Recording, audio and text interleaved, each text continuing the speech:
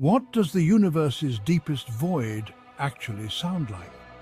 In 2003, scientists discovered something incredible. Black holes can produce sound. They detected sound waves coming from a black hole in the Perseus galaxy cluster over 250 million light-years away. But here's the twist. These sound waves are 57 octaves below middle C, completely inaudible to the human ear. So what did they do? They amplified and sped up the waves, turning them into a frequency we can hear. This is the sound of a black hole. The universe is full of surprises. Like, share, and subscribe to the channel.